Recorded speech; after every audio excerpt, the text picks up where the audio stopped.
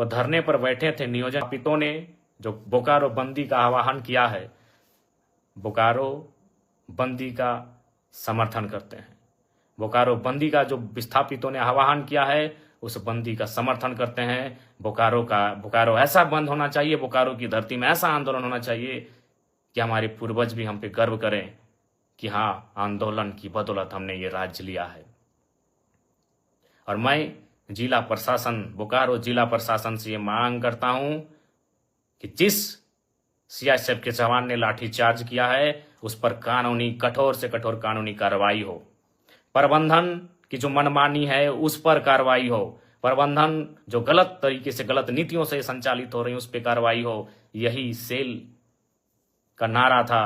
विस्थापित गांव के लोग कहते हैं कि जब तक बीएसएल सेल की चिमनी में धुआं रहेगा तब तक विस्थापितों के हाथों में, घरों में नौकरियां रहेंगी।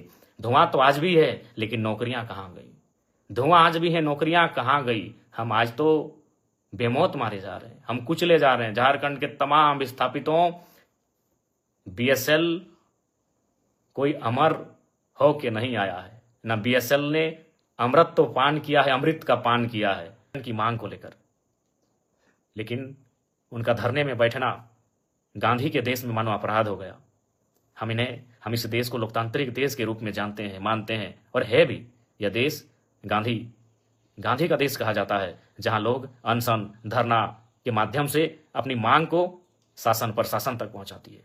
लेकिन आज बहुत ही दुर्भाग्य की बात है, बहुत ही दुख की बात है कि अप्रेंटिस के अभ्यर्थी जो धरने पर बैठे थे, जिनके बाप दादाओं ने बीएसएल को स्थापित करने में अपनी जमीन देने का काम किया है, आज सीआईएसएफ के लाठीचार्ज में शहीद हो गए। इसे शहीद ही कहेंगे, मौत नहीं, शहीद कहेंगे। कि जमीन देकर बीएसएल बनाया और आज वहां नौकरी एक मामूली ही तो नौकरी होगी, 3rd ग्रेड या 4th ग्रेड की ही नौकरी होगी।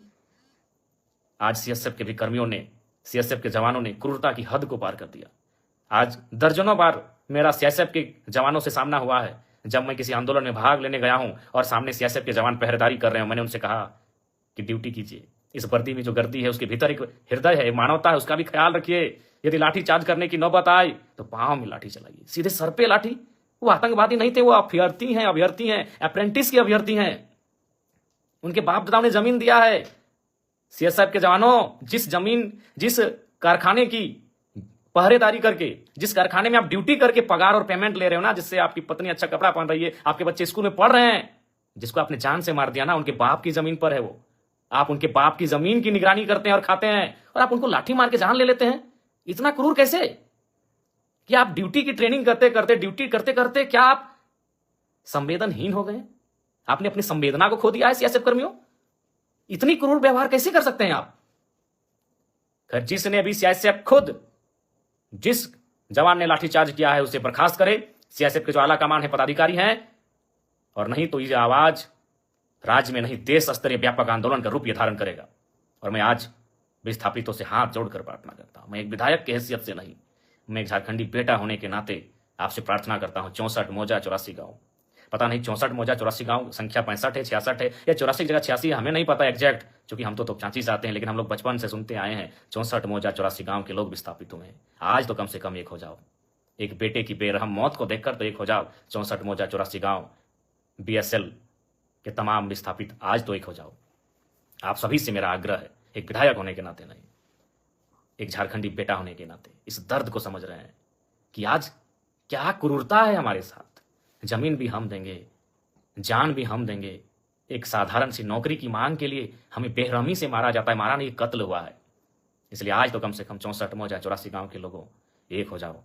और जितने भी संगठन बने हैं, सुने 28 संगठन हैं विस्थापितों के बोकारो में।